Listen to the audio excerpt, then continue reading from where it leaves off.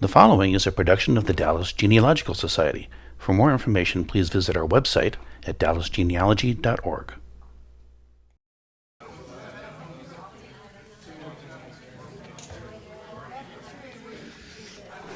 Good morning, everyone. Thank you for coming. Glad everybody made it here this morning. We want to take care of a couple of little bitty business things, and then we're going to bring our speaker right up. We're doing our voting procedure for our officers for next year a little bit different this year. It came to our attention that some people that were not able to attend, because we've gotten so many members now that don't actually live outside of the Dallas area, that wanted to have a say in the vote. So we're going to take our voting electronically. So right now I'm officially closing the nominations for officers for the 2023-2024 society year. What will happen is this afternoon, everybody will get an email link to a survey online, and you will click on that link and you will approve or disapprove the slate of officers that the nominating committee recommended for us. You'll have a week to vote on that, and then we'll close that, and that'll be the results of the election. And we'll, of course, let everybody know what the results were. So look for that survey in your email inbox, and just click on that link, and it'll take you straight to it. So should be a very, very easy process. And with that, I'm going to go ahead and see if I can ask Patty Smith to come up here and introduce our speaker.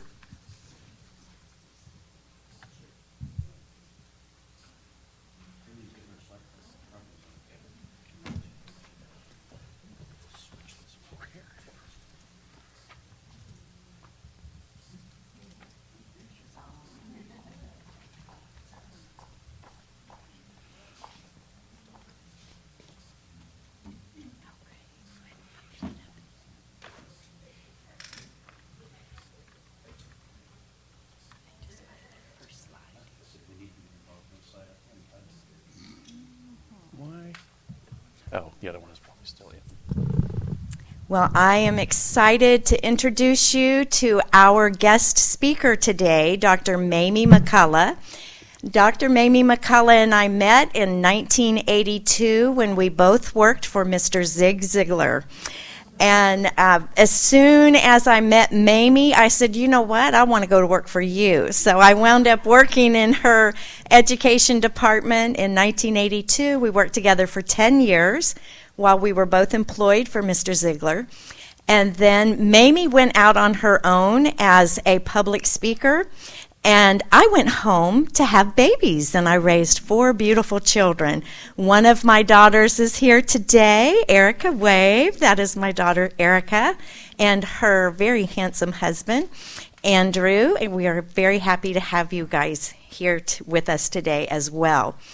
Mamie started off in Dixie, Georgia, in the 1940s, let's just say that. She'll give you a little bit more about her story. Mamie is an author, an educator, a motivational speaker, but I am so proud to call her friend and my mentor. Mamie started out as a business teacher in a 5A school in Thomasville, Georgia.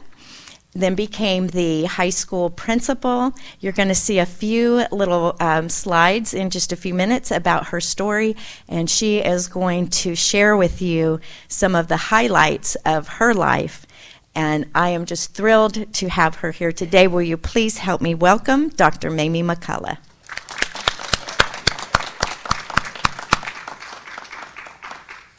I'm on this walker not because I'm old.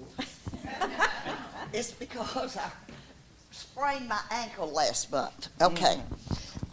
Doctor said, don't walk on it for about a month. So this is 2 weeks. So I'm just using one leg. Now, how many of you have ever heard me speak before? Oh, you have? You have? You sure? Was my hair this color?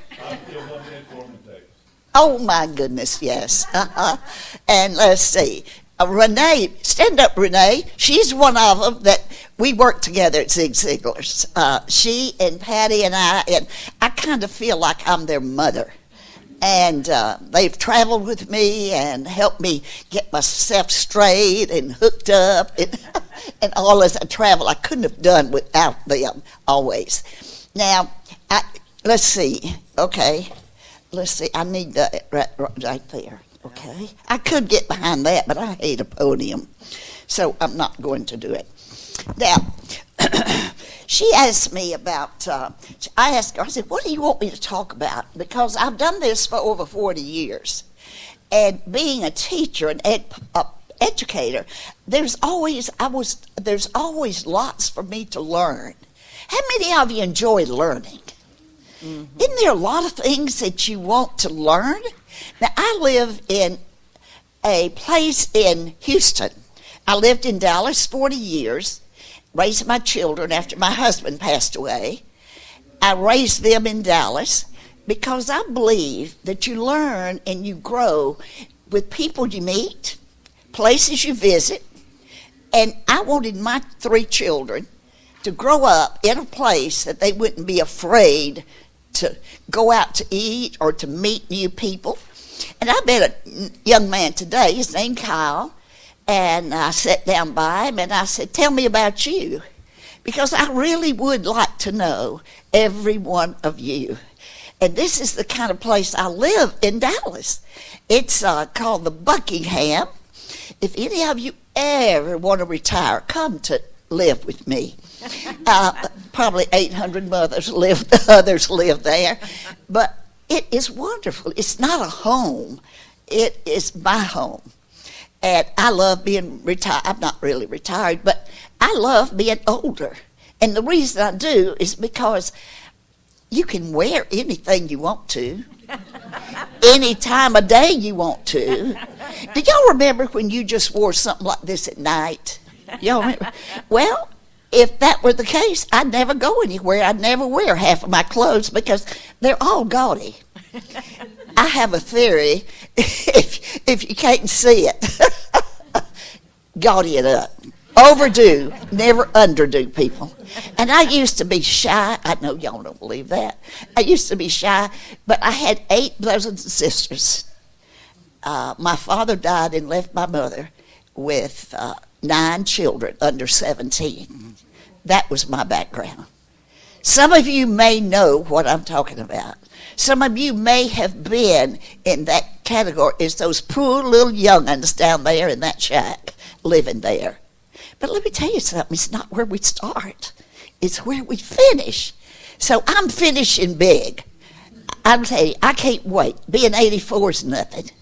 And I have a sister, 97. And she, okay, that's it. Did you push up something? Hey, show them the pictures, and I'll explain it to them. Now, show them where Dixie, Georgia is. There's Florida and Dixie. And they're right on the border there. Let's see if I can see it. Oh, where? Are you sure? Yeah, Dixie's right up there. There? Uh-huh. Okay. This is where I was born. It's almost to Florida. My town has 75 people in it. Dead or alive, we count everybody. But when, and here's my family tree. That's us. My daddy died when I was 3. My husband died when my kids were 5, 6, and 8. You know, God prepares you for things that you never want to do. But, okay, let's see what other. Can y'all see through me? Okay. Oh, that's the house I was raised in. It's still there. That's the way it looks now. Okay, 9 of us, 10 of us, 11 of us lived in that house. Okay. Oh gosh, go ahead, keep going. Now, that's the house I was raised in, and that was my high school. We didn't know if you could supposed to go to a photographer, so you get out there on somebody's car and have somebody to have a Kodak and take you pictures. So that was when I was 18 years old. A neighbor made me the dress. And that's where I went to school. Let me see if there's anything else there. No, that's college. That's fine. Tell them about how you got there. College? Okay. Well, I'll finish what I started then. Yes, go ahead. Okay, turn that off then. All right. Don't distract me. I want to look at that. But anyway, when I was growing up, I never had anybody to say, baby, Now, my name was Mamie Claire Darlington from Dixie, Georgia. When I came to college, it was Mamie Claire Darlington from Dixie, Georgia. And people would laugh, and I didn't know what was funny about it. But I did drop the Claire, so I became more sophisticated. But my mama, you say, how did we make it? When Daddy died, my family, and this is why family is so important to me, my family was the 10 of us left. My mama and Daddy's family disowned us. This is why I appreciate what you all do. Because I didn't know I was named after a grandmother that I never met. And she passed away, but I didn't know that's where my name Mamie came from. And Patty was kind enough to find out the things that you... Just turn it off. Okay. Just turn it off. It's all right, baby. Don't worry about things. Okay. Doesn't matter, does it? And, but since my family disowned us as children, it was hard for me to accept the fact. And I think that's why I was so shy and kind of backward growing up. And I was abused by some people in the community. And my first book, I've written 5 books. This is I Can, You Can Too. And I wrote this book, and I do what I do, and I'm going to ask you some questions. I made a list of things that I think, by the way, each one of you today, when you leave, as a gift from my sweet Patty, you'll get an autographed copy of my first book. And this will have pictures in it. And this is actually the road of how you can make it. Do any of you ever feel like you need motivating? Let me see your hands. Anybody? Well, a lady asked me the other day, well, now, she's kind of a little uppity, and just because she's 96 and rich, why would I think she's uppity? No, she kind of is one of those people that look down at you. You know, when she's talking to you, she wants to up you or something. I don't know. But she said, well, what do you write about? I said, well, motivation and encouragement, make people know that you can make it, go for it. She said, well, I don't need any of that. She said, but I would like to have one of your books. I'm not going to let it have it. I'm not about to give her one of my books. She couldn't buy it from me. I'll get better about it, and I'll pray about it, and it'll be all right. But some people are just that way. Y'all know what I'm talking about. But if you have experienced any of these things, and I made a list of these last night, that it kind of tells you. Have you ever been dirt poor, or in other words, poor? Have you ever been abused as a child? Have you ever been told that you're nobody from nowhere and you never amount to anything? Have you ever been told you were ugly? Have you ever, when I graduated from high school, I was in the half of the class that made the top half possible. Nobody looked at me and said, why don't you go to college? And I'll tell you that why. Married, was. Divorced, yes. Widowed, yes. And it goes on and on. I survived cancer. I had cancer 25 years ago, and I'm still going. I guess cancer forgot me or something. I don't know. But you know what? It doesn't matter what happens to you. It's what you make out of it. And folks, the job that you all do, and it's just like giving these families a gift. Because when I asked Patty about something that I didn't know, she can always find that answer. She can always say, well, maybe that's why. See, when you have a valuable service to people. I feel like you all give gifts to people. Now, when I got out of high school, nobody encouraged me to go to college. I didn't know you could. I didn't know what it was. There were 3 things I didn't know about college. I didn't know you majored. I didn't know you minored. And I didn't know you paid. That is all I didn't know about college. Now, I want to tell you, I don't know how you grew up, but I grew up in a tiny town that we only had a shack. You'll see it there and in my book, which is fine. It doesn't matter where I start, but I didn't believe in myself until I was 20 years old.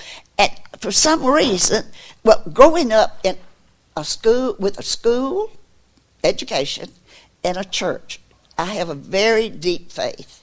That's how my mama fed 11 of us, is with faith and us going to school. And we didn't have a car, didn't ever have a car in our house. I had my first car at 26 when I bought it. I admire people, I really do, that have had a better way of growing up and going to school and all of these things. But let me tell you something, how God works. When I got out of high school, and there were 2 years that I worked in a little store in a little town, didn't have a car, I hitchhiked there to work and back. How many of you have ever hitchhiked? Hitchhiked. Huh? What you say? What's that word? Hitchhike.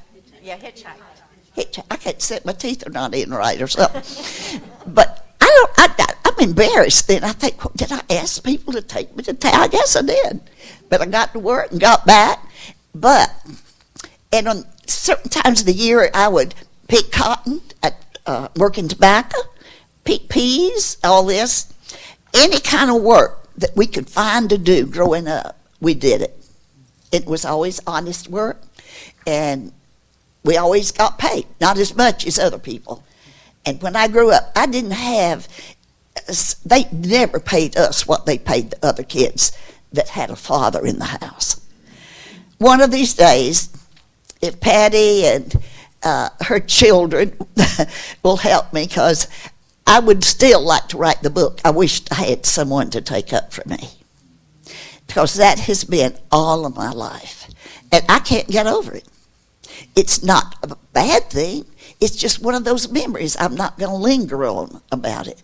So when I was 20 years old, I decided I'm going to college, because I had a sister that said, I'll look after Mama and the other brother.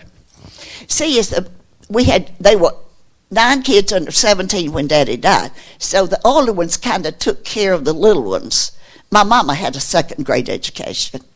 I taught her to read when I was at school. And she was a sweet person, but she just didn't know how to live. So she knew how to raise kids. And that was important. We didn't have the best at things, but we did have hoe cake. How many of you know what hoe cake is? It's flour that you just put on a stove and cook. How many of you, tell me the truth, how many of you have ever had I knew there were some. Y'all know what I'm talking about. You can put anything on it, jelly, honey, syrup. We never had yolk. It just goes on and on. But anyway, I got on a Greyhound bus in South Georgia when I was 20 years old. I had $25. I had 2 sacks, 2 dresses, and a sack of fried chicken. It took me 36 hours to ride that bus. It stopped at every stop sign between here and Brownwood, Texas. 1,000 miles. And I still didn't know. I had to major, minor. I didn't know any of that. So when I got there, oh, it was pitiful. And they put me in a dorm, I guess. And after a week or a few days, somebody sent for me, and they said, Mamie Claire, Dr. Garvin, Vice President of Financial Affairs, want to see you. Now, I had heard that word finance somewhere, and I thought, if that's money, I'm in trouble, because I'd already spent my $25. I'd eaten my fried chicken and worn both dresses. So I said, okay. So I went in to see him. And he looked at me, and he just shook his head almost. And he told me that, I said, how much does it cost to go to college? He said, $598. I said, oh, wait, I didn't want to pay everybody's way. I just wanted to pay my way. You'd have sold my family by and wouldn't gotten $600. The house I was raised in cost $250. She paid it out $10 a month, and until I got old enough she never knew how much she paid for that house because she paid every month. She got her Social Security check. We got $37 to feed 10 people at my house, and she paid $10 a month. Isn't that wonderful? As you look back, you do with what you have to do. Well, after college, after he said it's going to cost that much, I thought, I got to go home, but I didn't have any money. I couldn't get, Greyhound won't take you collect. So I thought, how am I going to get home? I got to drop out. This is a mistake. But I asked him, Dr. Garvin, what am I going to do? I don't have any money to go back to South Georgia. He said, well, I think you ought to go see Dr. Newman. I said, oh, who's that? The only doctor I knew had pulled teeth or gotten the appendix. Well, I still had my appendix, so I thought, I wonder what they'll take for those. So I got an appointment September 13th, 1959, with the president of the college of Howard Payne University in Broward, Texas. It was a Baptist school, Christian school. I heard it was Christian, that's why I went. Didn't know anything else, though. Well, Dr. Newman said he looked at the book, and it said, Mamie Claire Darlington from Dixie, Georgia. He said, I can't wait to see what you look like. And he did not tell me this for 20 years, but I knew how I looked. I'm 5'9" without, any shoes. So, remember in the 50s? Did anybody remember the 50s here? Come on, tell the truth. Okay. We wore heels that high. Y'all remember? Now, most people had hose, but we couldn't afford hose because it was, the war, and hose were expensive. And I had a flour sack dress. How many of you have ever had anything out of a flour sack or a feed sack? And Mama made this dress for me. It was, would you take those things off and let me sit on that stool? When I can't talk because my foot hurts so bad. Okay, just take that. And I'm not going to use that. Okay. I don't want my one good leg to go out. Just a minute. Okay. And Dr. Demon said, look, and I had those high black shoes, no hose, and the dress that my mom made us, it had black, white, and yellow lines going up and down. Do you know how tall I looked? He said he looked at me that day, and he says, I thought to myself, that is the skinniest, scrawniest, homeliest, saddest, most pitiful child I believe I've ever seen, with the least amount of potential I've ever seen, and I have to encourage her to stay. As educators, have any of you ever been educators? Let me see your hands. Okay. Our job is never to see the potential. It's to encourage what is not even there. And Dr. Newman looked at me, saw nothing. And God laid on his heart to go home and tell his wife. I didn't know what I was going to do. Just didn't know, but I went back and cried a lot. So the next day, they called me and they said, Dr. Miss Newman want to see you. I thought, they're going to take me to the bus depot or something. So I went down, and Miss Newman, I'd never met her. She was a pastor. They were pastors too, but the president's wife. And she looked at me. I know she thought, well, he was right. But she said, Mamie, guy came home last night and told me about you. And she says, we want to do something for you. And they looked like honest people. And I said, yes. What would y'all like to do? Everything was open. Anything. Food, clothes, anything. So they said, we'd like for you to come live with us. I had never lived in a house with screen window panes. I said, excuse me? What would I do for y'all? They said, nothing. You come live with us. Now, true story. And I lived with the president of the college when I was in college. President. And I went to school in their big red Buick in the back seat. no less. I was being chauffeured. And they gave me every opportunity. They sent me to walking school, talking school, dressing school. It didn't all work, but most of it did. But when I graduated from college, and I wrote my first book that we're giving you today, it was, Patty, when did I write that? I've forgotten when I wrote it. About in 2000, I think. 2000, Their first or before. Yeah. I don't remember past yesterday anyway. So I think I wrote it sometimes in the 80s. But anyway, until I wrote that first book, people that I went to college with thought I was the rich little girl from South Georgia that was too good to live in the dorm. Wow. As we see people, folks, we treat them.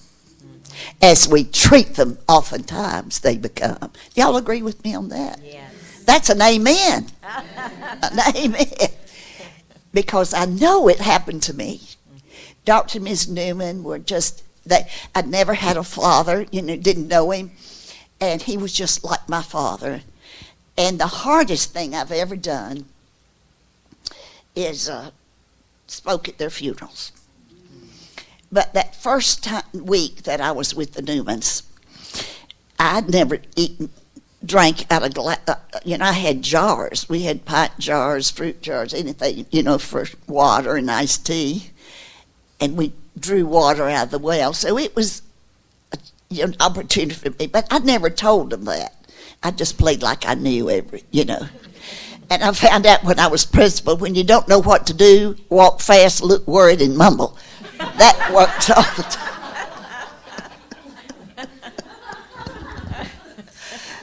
But let's see. What else did I want to say to him, Patty? What else? What's my time doing? I don't know. I don't know how long y'all want me to talk. Show those pictures from Howard Payne. The what? The pictures from Howard Payne University. Because she was quite a beauty, and she did get some awards. No, that wasn't that. And let me show you. So she went to Howard Payne University, and here she is. I'm in the top. You can tell me I'm the biggest, tallest one up there. Yes, so she's right there I used to be in the this big. center. And there she was, voted the most promising teacher. Oh, I'd forgotten that. Mm-hmm. And then here's one of her college photographs. And here she is, Mamie McCullough from Dixie, Georgia, or Mamie Darlington back then. And there she is in the center. Amazing, the transformation that she took. This was in 1962. Yeah. And then she was part of the Teachers of Tomorrow in 1962. And this was Central High School in Thomasville, Georgia. She was a business teacher. I had 3 kids in 4 years. Never missed a day of school. I had them, good planning. But one kid in my class, every time I see that picture, I think about it. He looked at me, he said, Ms. McCullough, I know that if I stayed in high school long enough, you wouldn't be pregnant. I don't think he ever did see me not pregnant. But my children are in their late 40s now. And I promised my children 3 things after their father died. But you see in these pictures tell you that I didn't know that about myself. I didn't know I could be teacher tomorrow. I didn't know these things. But that's the influence of people we surround ourselves with. So now, don't get up and move right now. But if you're with somebody that's a negative Nelly and pulls you down, you just get up and leave right now. Because it's not worth it, folks. It's not worth it. Because we all have days that we're down, but hey, there's things we can do. I wish I could be here 4, 5, 6 hours or 3 days. Oh, when was that? That was when I was principal. Now, let me tell you the funny thing about that. I'm glad you reminded me. When I taught high school 10 years, had 3 babies in 4 years, and I sold Mary Kay in between and taught Sunday school and looked after my mother. That was what I did during that era. But busy. I never took care of anybody's business but mine. Does that tell you something? Don't worry about other people. Don't worry about what they're saying, and don't even ask their opinion. Because you may believe it, see. But our high school was in a scandal. It was a 5A high school, over 1,600 kids. And this was the August of 1979. And I was minding my business in my classroom, getting ready for school. And the superintendent of school called and said, Ms. McCullough, I need to see you. I said, okay, superintendent. So I went to his office and walked in. I said, hey, what do you want me to do? He said, he kind of hesitated. I said, chocolate chip or peanut butter? He said, what? I said, well, I thought you called me up here to make cookies for the beginning of school. You know, that was kind of what us girl teachers did. We made cookies. And so he looked at me. He said, Mamie, I've known you since you played in high school basketball. He knew my family. He knew our background. I didn't even know anybody cared one way or the other. But anyway, he was the superintendent there 26 years. And that year, somebody started suing the school. The high school principal quit overnight, and 17 teachers quit. Now, I'll tell you what, if you start gossip, you'll clean out your staff. They're going to leave because they're afraid they're going to be next. Is that right? Yes, it is. Well, I said, well, what can I do, Mr. Cone? So he said, I don't want you to make cookies. I said, well, am I going to have my job next year? He said, no, you won't. I thought he's going to fire me. He said, no, you won't have your job. You'll have the principal job. I said, sir? He said, we want you to be principal of Central High School.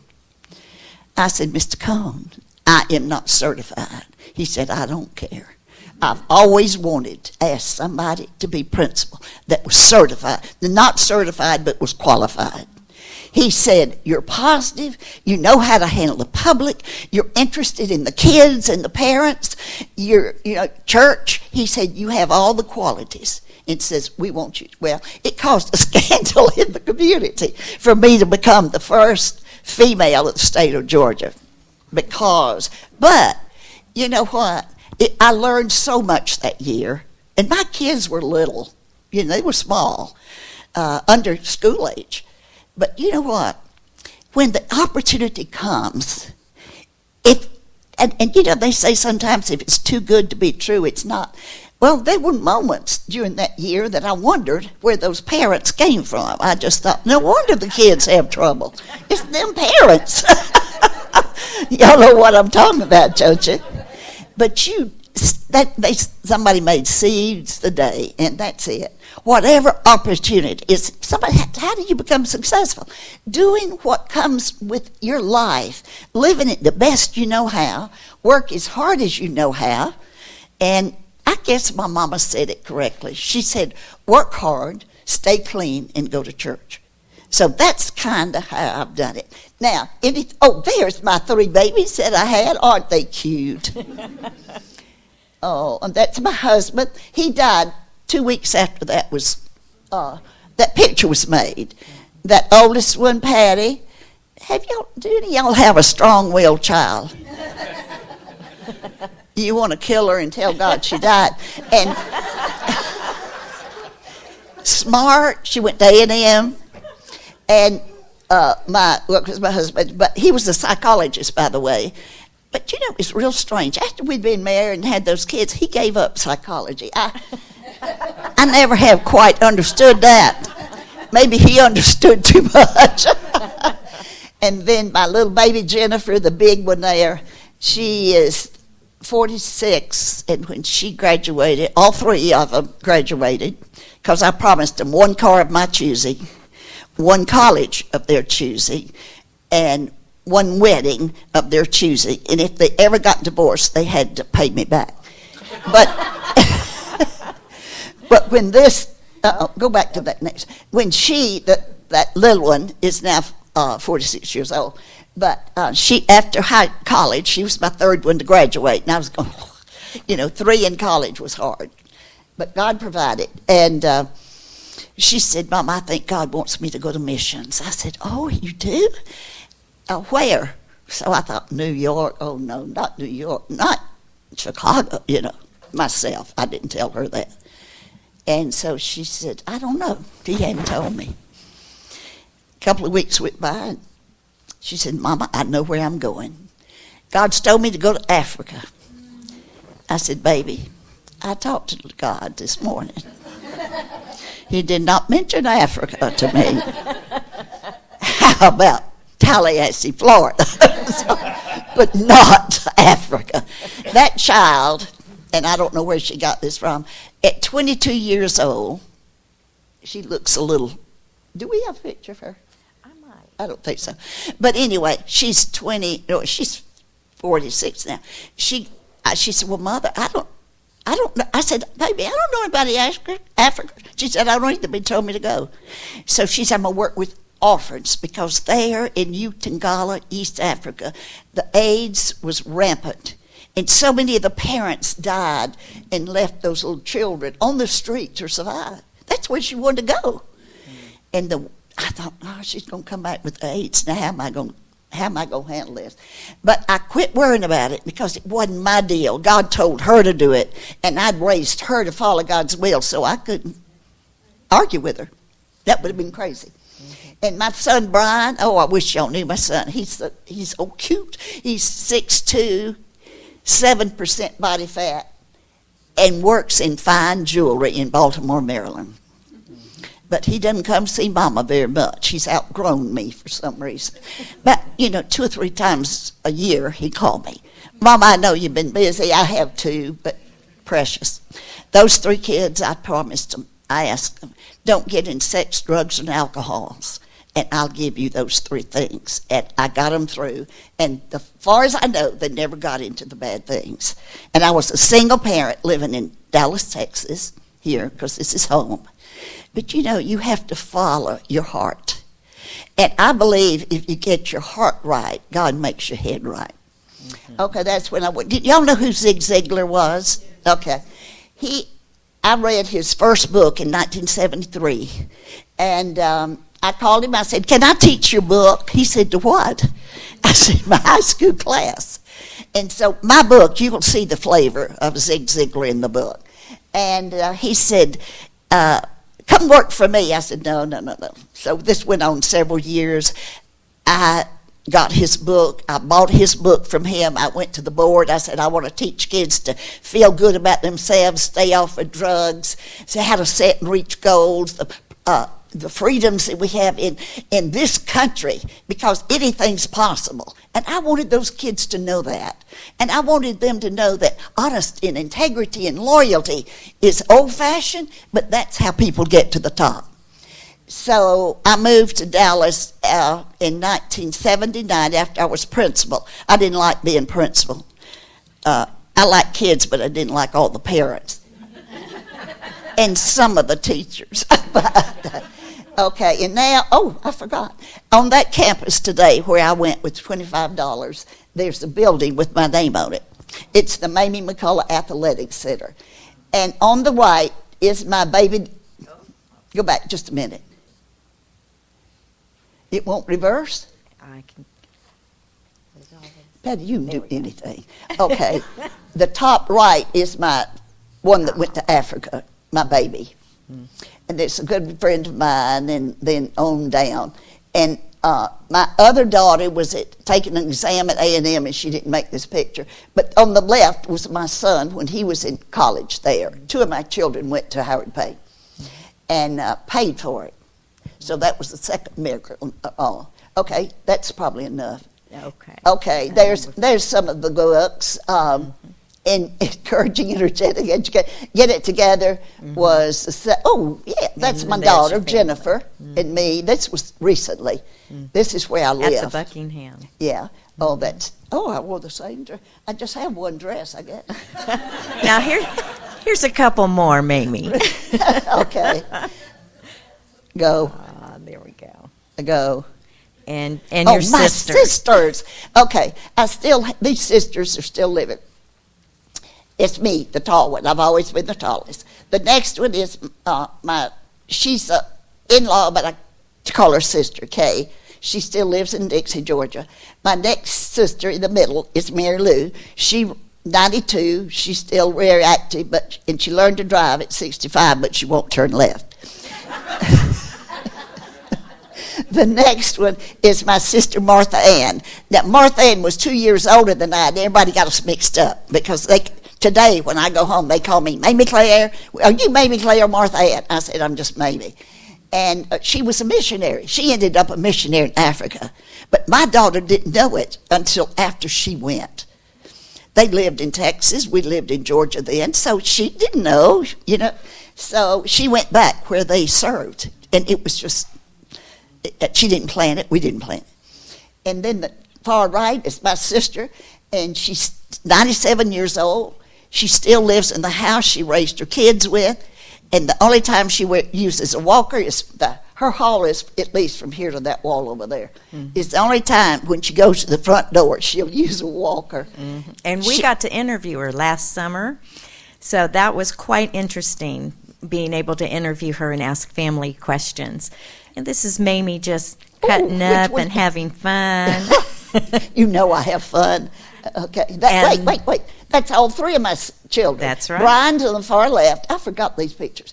And then Brian is the left. Mm-hmm. My daughter Patty, the oldest one that lives in Dallas, and me and my 80th birthday, and my baby Jennifer on her some kind of birthday. And a grandbaby or two hanging on to me. That's why I came to Houston. I wanted to be with those two babies. They were still in school, and I wanted to be close where I could see them grow up. So, and then we've got all and that's the all of us. Last Easter. Yeah. Mm-hmm. Thank you. And of course, we have to end with the family reunion photograph, Mamie. Tell them about your family reunions. Are quite comical. Now, if you want to be surprised and dumbfounded and want to feel smart, come to my family reunion. There is one of everything. I promise you. This is just a small group.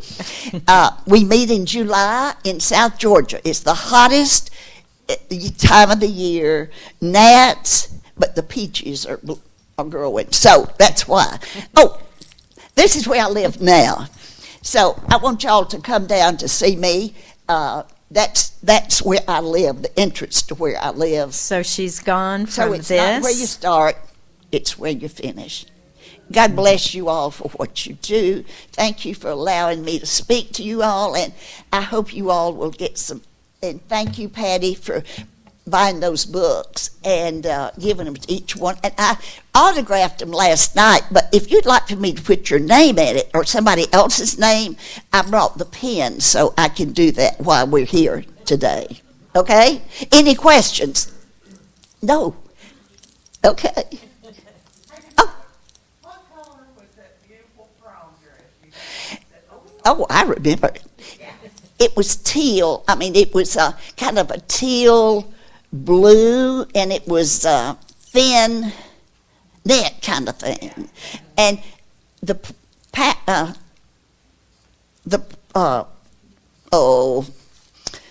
high school principal's wife made it for me. And I don't know that I even bought. I think it cost $12. I had to buy the material.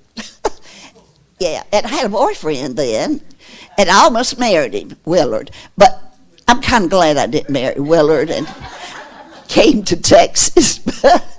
And I had an orchid corsage then, too. I want y'all to be impressed. I love y'all. Thank you so much. Okay.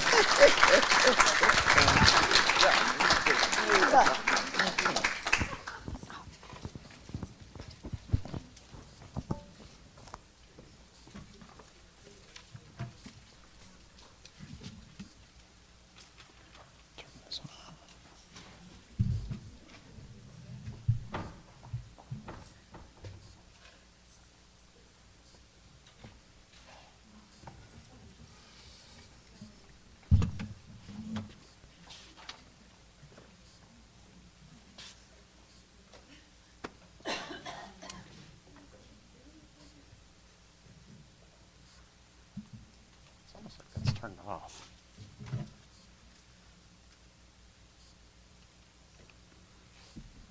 There we go. Come on. There we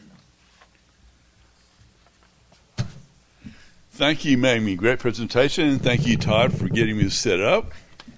Appreciate that. So I want to go ahead and move into our awards section. But before we start mentioning our individual awards, I'd like to go ahead and start talking about some of the things that DGS has accomplished during the last year. If you're not really involved as a volunteer or on the board, you may not be aware of some of the things that this society has done. So I wanted to just briefly go through some of those things.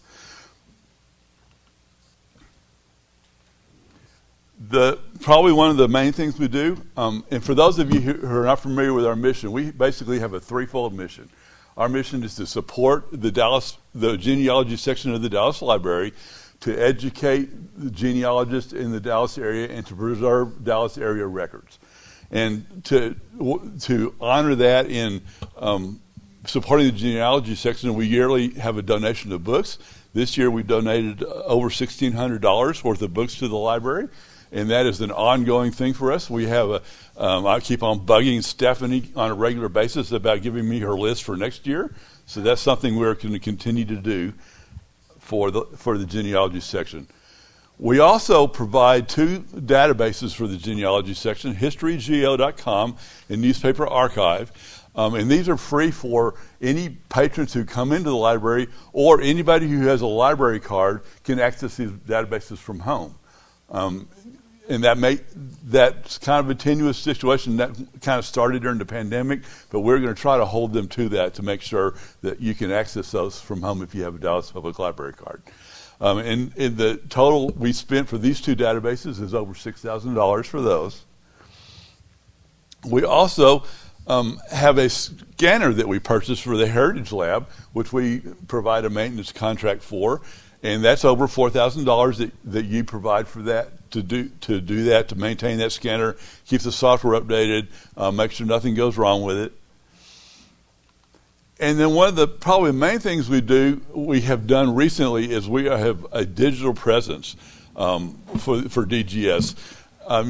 Typically the Dallas Genealogical Society and most other societies have been local societies, but with and this is probably one of the main things the pandemic did for us, is it forced all of us to go into a digital platform. And now we have members from all over the country.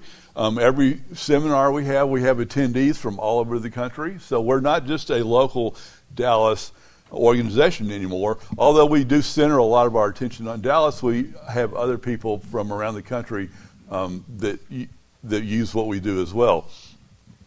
Probably our main focus on that is the website. That's where we kind of try to focus everybody's attention onto. All of our events are hybrid, and when I say hybrid, I mean they're not only in person, but they're also broadcast online. So if you can't make it down to the library, and we love having you come to the library, but if you can't make it, you can attend those meetings online, whether they're a seminar or one of our monthly meetings. We have a lot of content on our website, a lot of records that have been digitized. For those of you who don't know, something we have done recently, we have made those records searchable, so you can go in and enter in a name that you're looking for or a surname, and you can search those records by name. You don't have to go through each one. So that was a great achievement for us. We have meetings via Zoom, which really helps us with our communications and planning, because we don't all have to come down to the library anymore to meet. We can have a spur of the meeting moment online, which is great for us as board members, but also is great for our volunteers because this makes things a little bit easier for them. And like I was saying, we have a national presence now. I mean, we have members across the country, people that attend our meetings online from all over the United States. I'd like to also recognize that there are three groups of people that make that possible for us. Number one is all of you, through your membership dues, through attending our seminars, give us the financial support to help us accomplish these things. We couldn't do that, of course, without money. The other thing is our volunteers, people that volunteer to help us. We are a total volunteer-run organization. There's no paid staff. So our volunteers help us, just like today, we had a group of people come in and help us get everything set up for today's meeting and lunch. And the last group is our board members, and they're the ones that help us get these things kicked off and planned. If you're on the board of directors of DGS, would you stand up, please? Let's give these people a round of applause, because they have all worked to help us get these things planned and make these things possible. Thank you very much. So let's move into our awards presentation. The first one I would like to do is the President's Special Award. There's a group of people, again, volunteers, that about this time last year started a project. And their project was to upgrade our website. And for those of you who are not technologically minded, upgrading a website is more than just, hey, I want to create a new theme and we're done. There's a lot of coding, a lot of background work, a lot of making sure everything works. And this group spent hours and hours over 6 months working on this website, and then came up with our new look for our website, which is just, you can see the homepage right here. It made it much, much easier, much to navigate, much more impressive, and I think something that's going to earn awards for us next year. But this President's Special Award this year goes to the website upgrade team. So I would like to present this year's award to Todd DeDecker, our webmaster, Tony Hansen, and Susan Rainwater.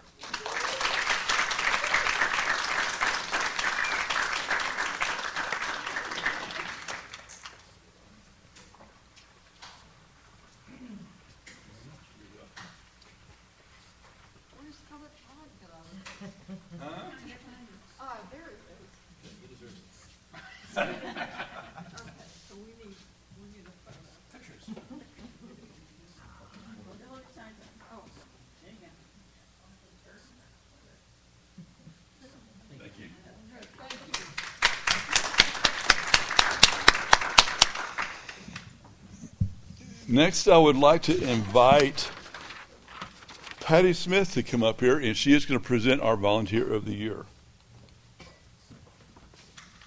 Thank you, Jim. And we are so appreciative of our technology team. Thank you all so much. The Volunteer of the Year award is presented annually to a DGS member who has generously volunteered time, expertise, talents, and abilities to the society during the previous year. They have gone above and beyond to make this particular member stand out. This year's recipient of the Volunteer of the Year award is a person who came to the Dallas Genealogical Society through a special interest group in 2020. When she heard about a need on our board, she decided to fill that spot. Their ability to pay close attention to detail, organize a committee, gather information, put it in a logical sequence, has been very valuable to the success of this volunteer committee. Her focus on getting quality stories, editing, and publishing articles through our DGS blog, our writing contests, and other creative events, and engaging ideas that she has put together has been an outstanding contribution to our society. This year's recipient of the Volunteer of the Year goes to Michelle Dwyer Cohen, who is our committee member for the newsletter committee. So help me appreciate Michelle, who is not here today, but we'll go ahead and give her a generous clap and thank her. All right.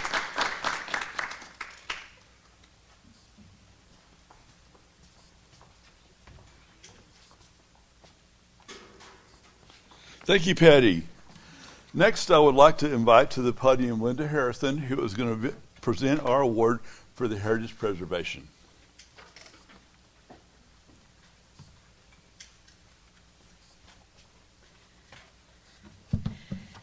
I'm privileged to present the Heritage Presentation Award today to the Family Search Libraries, and specifically to their representative, Linnell Moss, and this incredible team from the Family Search.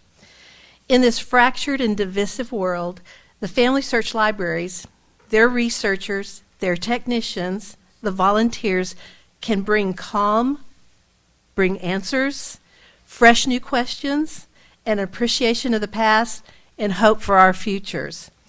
They are the bedrock to understanding our ancestors' world and will provide us with an unyielding and personal foundation. It could possibly start by an initial visit to the Discovery Center. That then propels us toward a great research help from volunteers, and then on to the never-ending search for those elusive records. Families have been our treasure. Family Search Libraries are our ultimate guides in the search for the sacred and important journey. We are all better for what they have done and what will be happening going forward. So thank you so much for helping us to put our family stories together. Is Linnell here? Oh, okay. Is Linnell here? Okay. All right.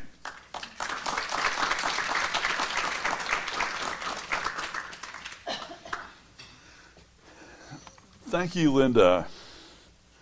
Our next award is going to be the Lloyd DeWitt Boxtrot Distinguished Service Award. The winner for this award is a graduate of Louisiana State University and began her career early in genealogy by helping out Dr. James Rose on preserving the stories of previously enslaved African-American ancestors. She's done extensive work on plantation records and loves to talk about them endlessly if you give her the chance. And she also has taught others how to research their African-American heritage on a national scale at national and local conferences, and also at many genealogy institutes. When she's not doing all of those other things, she's here at the Dallas Library helping people discover their family's heritage. So I'd like to present this year's Lloyd DeWitt Boxtrot Distinguished Service Award to Ari Wilkins.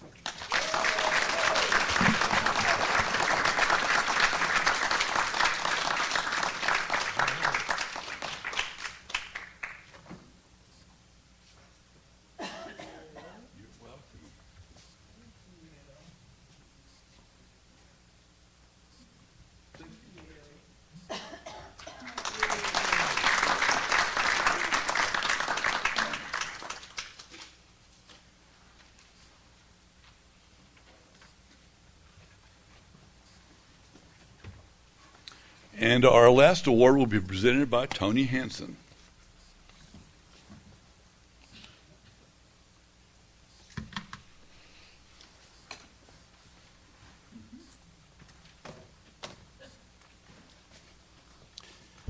So this is the Award of Merit, which is presented annually to a DGS member who has consistently contributed time, talent, expertise, and abilities to the society over a number of years. This member's dedication and hard work in the name of the society usually goes way above the norm.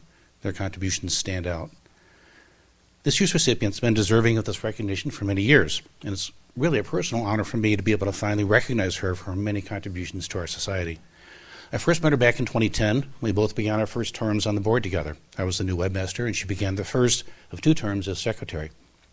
She was part of the team that developed a comprehensive 4-session Getting Started with Your Family History presentation that was presented here at the Dallas Public Library and at the Texas State Genealogical Society annual conference. She was responsible for developing and presenting the Explore the Census module. She was also part of the team that researched and presented our History of the Dallas Genealogy Society presentation celebrating the 60th anniversary of our society back in 2016. She was responsible for the How We Have Educated by creating, fostering, and maintaining interest in genealogy portion of that presentation, and spent many long hours researching and documenting that important part of our history. When I nominated her for our Volunteer of the Year award, which she received in 2014, I had this to say. On top of her defined roles on the board of directors, she has also been among the first to volunteer for virtually any task to be performed on behalf of the Society.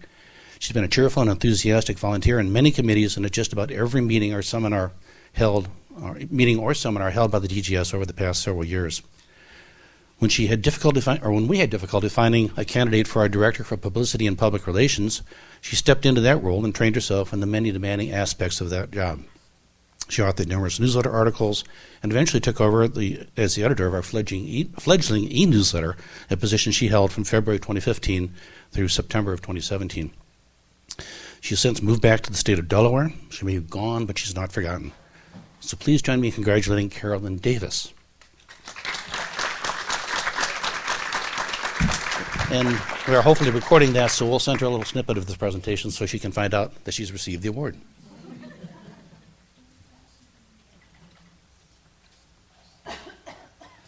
Thank you, Tony. Appreciate that. Thank you, all of our presenters. Again, thank you all for coming, and I see lunch is about ready to be served, so let's eat.